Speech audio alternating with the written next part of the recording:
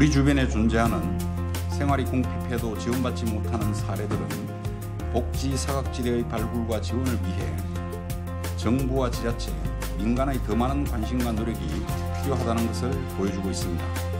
정부는 북한 이탈 주민 모자의 안타까운 죽음을 위기가구 발굴과 지원 체계의 문제로 인식하고 도움이 필요한 국민을 찾고 돌보고 지원하는 복지 체계를 강화하기 위한 대책을 고안하였습니다.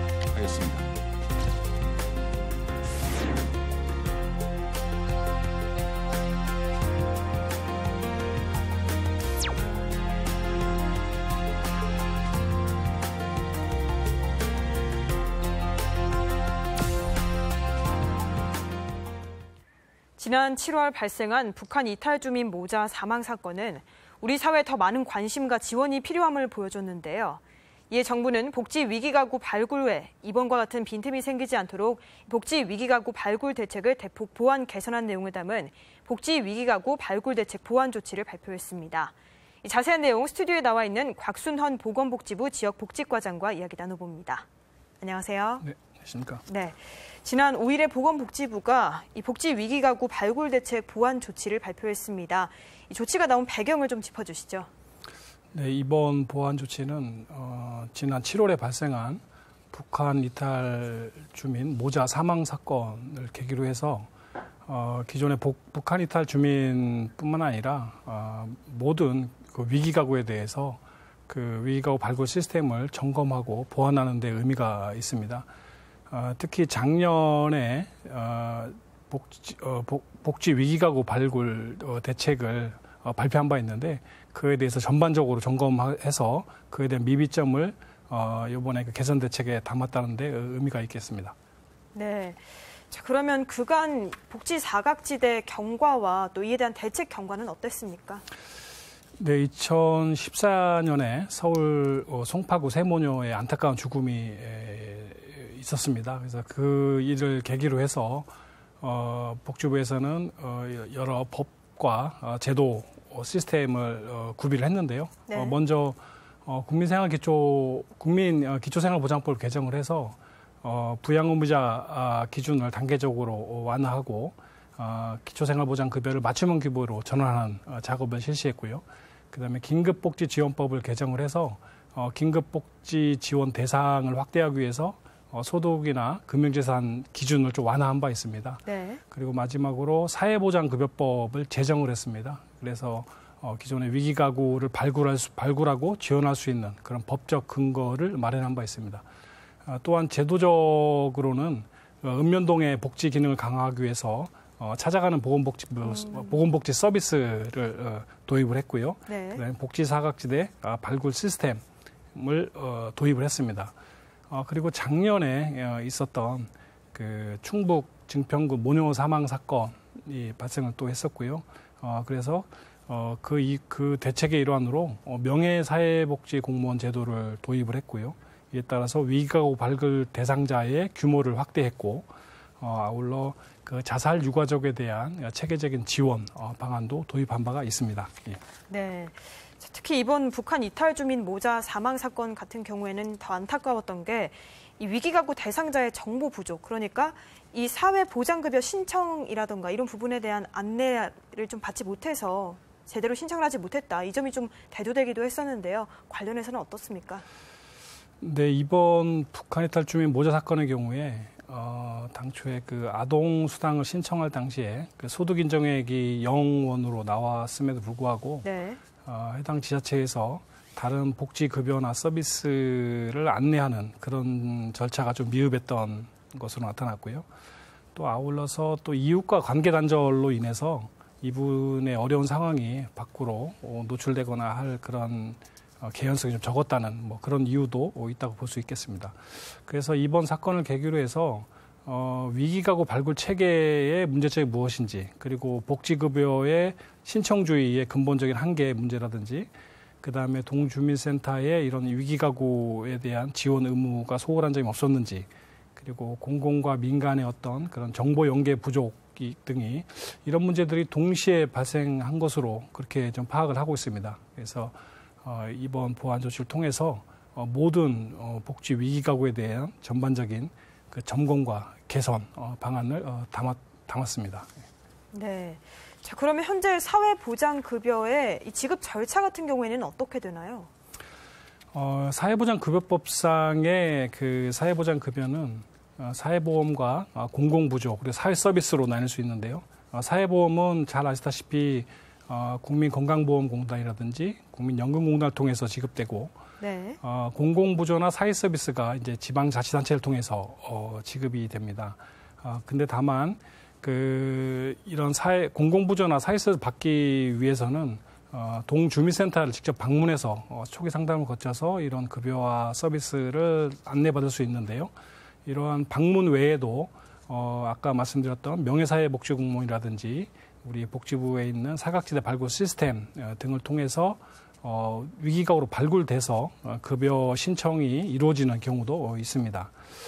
또 아울러서 이런 그 경제적 문제뿐만 아니라 돌봄 문제라든지 건강의 문제까지 같이 있는 복합적인 문제가 있는 가구인 경우에는, 네.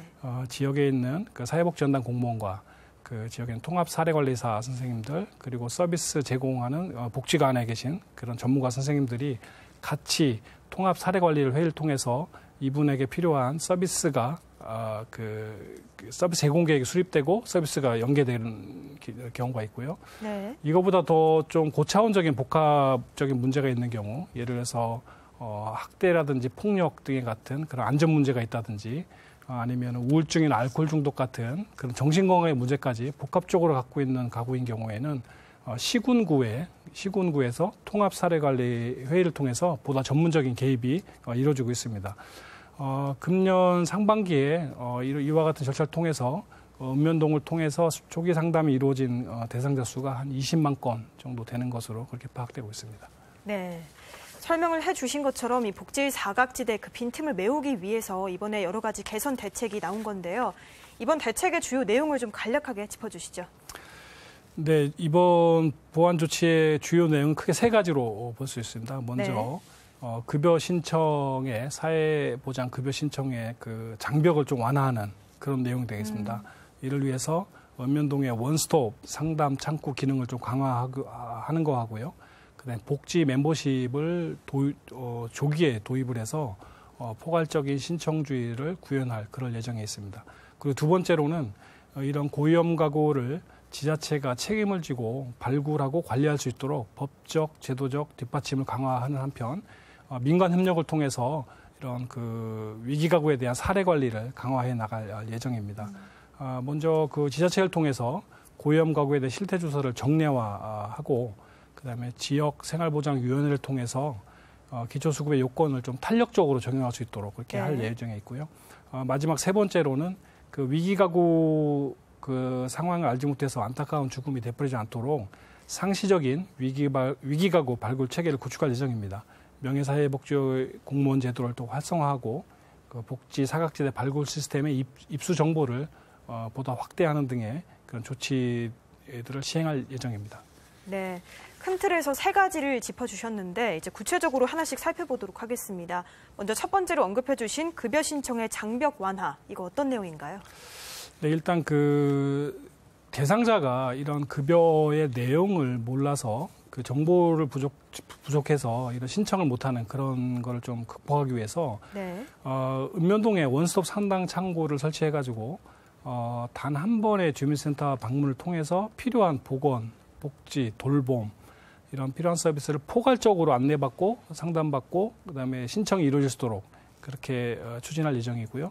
이를 위해서 전국 읍면동에 그 찾아가는 복지팀을 설치를 2021년까지 조기에 완료하도록 할 예정에 있습니다. 네. 그리고 2017년도에 발표했던 일자리 5개년 로드맵에 따라서 전국 읍면동에 사회복지직 공무원과 간호직 공무원 15,500명이 충원되도록 되어 있는데 이걸 조속히 완료해서 읍면동에 조기 배치될 수 있도록 할 예정입니다. 그리고 아까 말씀드렸다시피 복지 멤버십이 당초 2022년까지 구축될 예정인데 이것을 2021년 9월로 조기 앞당겨서 그 개인의 그 위기 상황에 따라서 신청이 가능한 사회복지급여들을 포괄적으로 신청할 수 있도록 하는 그런 내용들을 좀 구현해 나갈 그런 예정에 있습니다. 네, 이 복지 멤버십이 좀 조기에 실현된다 이렇게 말씀을 해주셨는데요. 복지 멤버십이 그러니까 신청은 가능한 사업을 패키지로 제시하고 그중에 원하는 사업을 신청을 할 수가 있는 건데 이 제도가 실현되면 좀 빠르게 정보가 제공되는 게 가능해질 것 같습니다. 이에 대해서 지금 준비한 자료를 중심으로 좀 하나하나씩 짚어주실까요?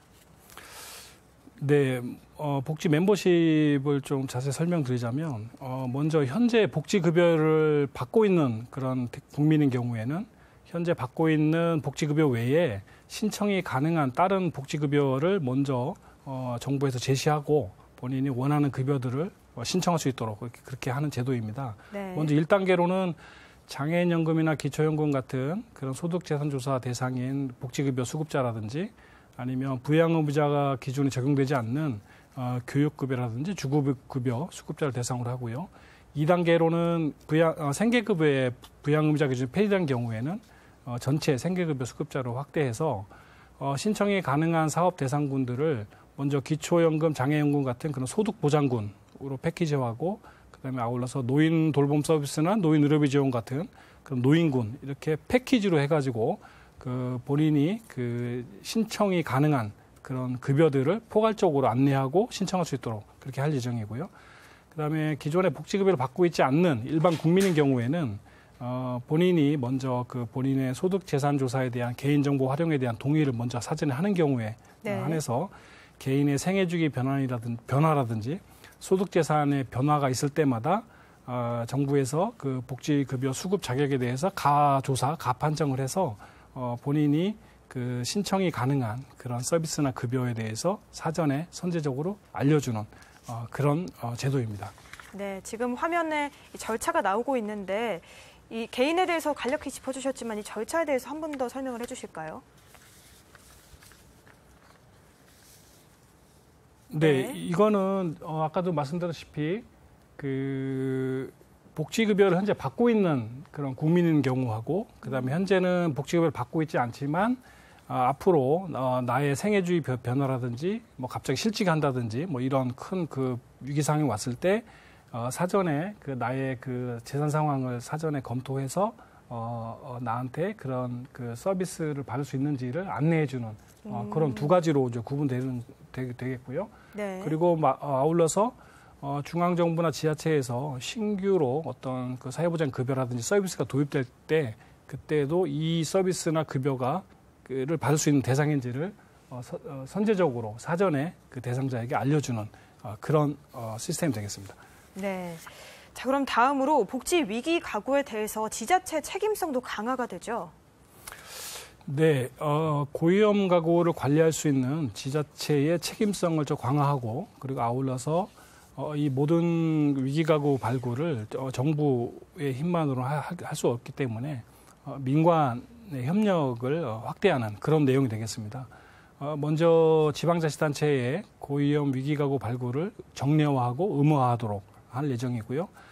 지금 현재는 고위험 위기가구에 대한 선별을 복지가구, 위기가구 발굴 시스템 통해서 격월로 한 450만 건 정도를 저희가 이제 입수를 하는데 이 정보들을 지자체가 직접 활용할 수 있도록 저희가 제공할 예정입니다. 그래서 네. 지자체가 직접 그 조건에 맞는 그 검색을 통해서 450만 건의 그런 위기 정보 데이터에 접근할 수 있도록 이렇게 할 예정이고요.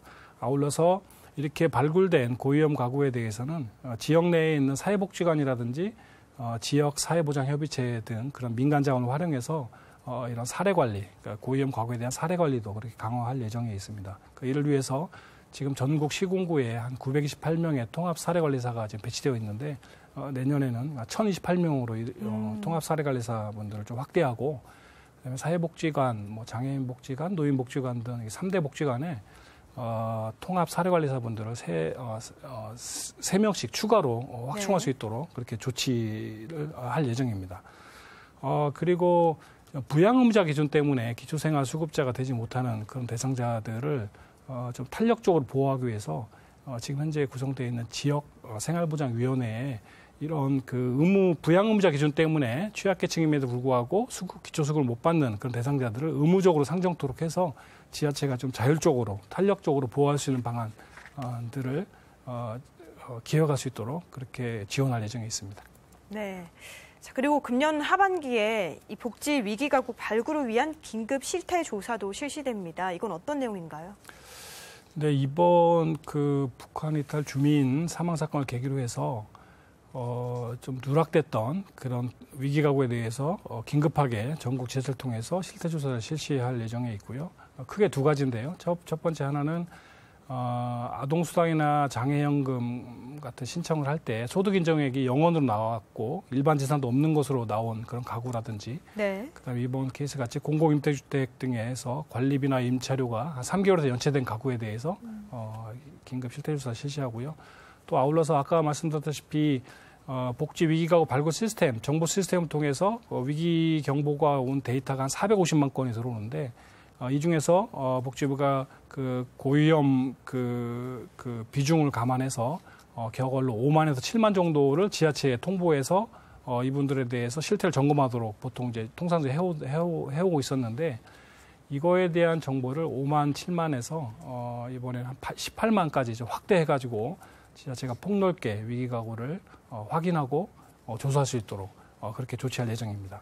네, 이게 단기적인 게 아니라 상시적으로 이 위기가구 발굴 체계를 구축한다고요? 네, 일단 이런 위기가구에 대한 발굴은 이웃과 함께 해야 그 실효성이 높다고 보고 있습니다. 그렇죠. 그래서 지금 현재 우리가 명예사회복지공무원으로 위촉되고 있는 인원이 한 전국에 한 21만 명쯤 되는데요. 이걸 한 30만 명으로 확대하는 한편, 그다음에 이런 명예사회복지공무원에 이번 사건과 같이 뭐 아파트 관리사무소장이라든지 수도나 가스 검침원, 뭐 이런 택배기사, 이런 생활업종에 종사하시는 분들을 그 비중을 좀 더 확대해 나갈 그런 생각으로 있고요. 그다음에 이렇게 위촉된 명예사회복지 공무원과 고위험 가구 간에 1대1로 그런 좀 매칭을 해서 SNS를 통해서 주기적으로 안부 확인하는 등 그런 그 신속한 위기 대응 체계를 마련할 예정에 있습니다. 또한 그 위기 가구에 대해서 그 신고 의무자가 규정이 되어 있는데요. 거기에 이번 사건과 같이 그 아파트 관리 사무소장도 신고 의무자에 포함될 수 있도록 지금 관련법이 지금 그 개정 중에 있습니다. 그리고 지자체의 위기 가구 발굴 업무를 지원하기 위해서 정보 제공 협조 의무 대상에 주민등록 전산정보라든지 지방세 체납정보 보유기관도 이 정보 제공에 협조할 의무 대상으로 확대하도록 사회보장급여법을 개정할 예정에 있습니다. 그리고 복지 사각지대 발굴 시스템의 정확도를 높이기 위해서 통신비 체납 정보라든지 네. 건강보험료 체납 부과 정보를 추가로 입수할 예정이고요. 그다음에 기존의 건강보험료 체납 정보 입수 기준이 연체 6개월 이상의 경우에만 되어 있었는데 이거를 3개월 연체가 돼도 이 그 정보 시스템에 그 데이터가 통보될 수 있도록 그렇게 할 예정이고. 이를 통해서 한 30만 명의 정보를 추가로 입수할 계획에 있습니다. 네, 앞서 말씀을 해주신 것처럼 우리 주변을 좀 둘러보는 그런 노력도 참 중요할 것 같습니다. 국민들의 참여를 끌어내기 위한 홍보 계획도 있으신가요? 네, 국민 여러분들께서 주변에 이런 어려운 이웃이 있을 때 언제든지 우리 동주민센터로 그 도움을 요청하는 그런 그 체제가 열려 있습니다. 일단 그 복지부 같은 경우는 국번 없이 129번으로 해서 보건복지 코스 상담센터가 있고요. 그다음에 각 지자체에서는 국번 없이 120, 120번으로 해서 도움을 요청할 수가 있겠습니다. 네. 그리고 아울러서 정부에서는 그 4대 보험료 그 통합 징수서라든지 그다음에 전입신고서, 그다음에 아파트 관리비 고지서 이쪽에 뒷면에 위기가구 발굴 홍보 문구를 좀 삽입할 그런 계획에 있고요. 또 아울러서 이런 복지로 앱이라고 있습니다. 그래서 위기가구를 신고할 수 있는 복지로 앱이 있는데 이 앱이 기존에는 이 앱에 신고를 하게 되면 복지부로 통보되도록 되어 있는 건데 이거를 좀 바꿔서 지자체로 바로 통보될 수 있도록 그래서 위기가구에 대해서 보다 신속하게 대응할 수 있도록 그렇게 할 예정이고요. 그리고 SNS를 통해서 이런 뭐 여러 가지 매체를 통해서 위기가구 발굴에 대한 그런 내용들을 다각도로 홍보해 나갈 그런 예정이 있습니다. 네. 자, 그럼 이번 대책의 가장 큰 목표를 뭐라고 보십니까? 뭐 당연히 이런 그 사회보장 급여가 필요한 그런 국민들한테 이 필요한 서비스가 누락되지 않고 그리고 또 편리하게 이용할 수 있도록 그렇게 하는 그게 가장 큰 이 조치의 목표라고 할 수 있겠습니다. 네. 자, 그리고 마지막으로 앞으로도 추가로 계획하고 있는 대책이 있다면 마무리 말씀으로 부탁드립니다. 네, 정부에서는 이 포용적 복지 정책의 국민 체감도를 향상시키기 위해서 앞서 여러 가지 열거했던 여러 가지 그 대책들과 관련해서 이것들을 전국 지자체의 일부 지자체를 대상으로 해서 시범 사업을 내년에 본격적으로 추진해 볼 계획이 있습니다. 그게 이제 시범 사업에서 보고자 하는 건 세 가지인데요. 보건복지 서비스를 원스톱으로 받을 수 있도록 하기 위한 그 원스톱 서비스 체계 구축. 이게 이제 읍면동에 아까 말씀드린 것처럼 뭐 보건, 복지, 건강 여러 가지 서비스에 대해서 통합적으로 상담과 서비스 연계해주는 네. 그런 내용이 되어 있고, 그다음에 민간의 사례 협력을 해서 사례 관리를 강화하는 뭐 그런 내용.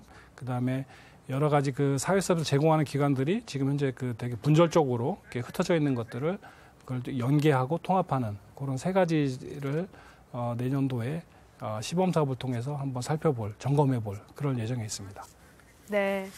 자, 지금까지 곽순헌 보건복지부 지역복지과장과 이야기 나눴습니다. 오늘 말씀 고맙습니다. 네.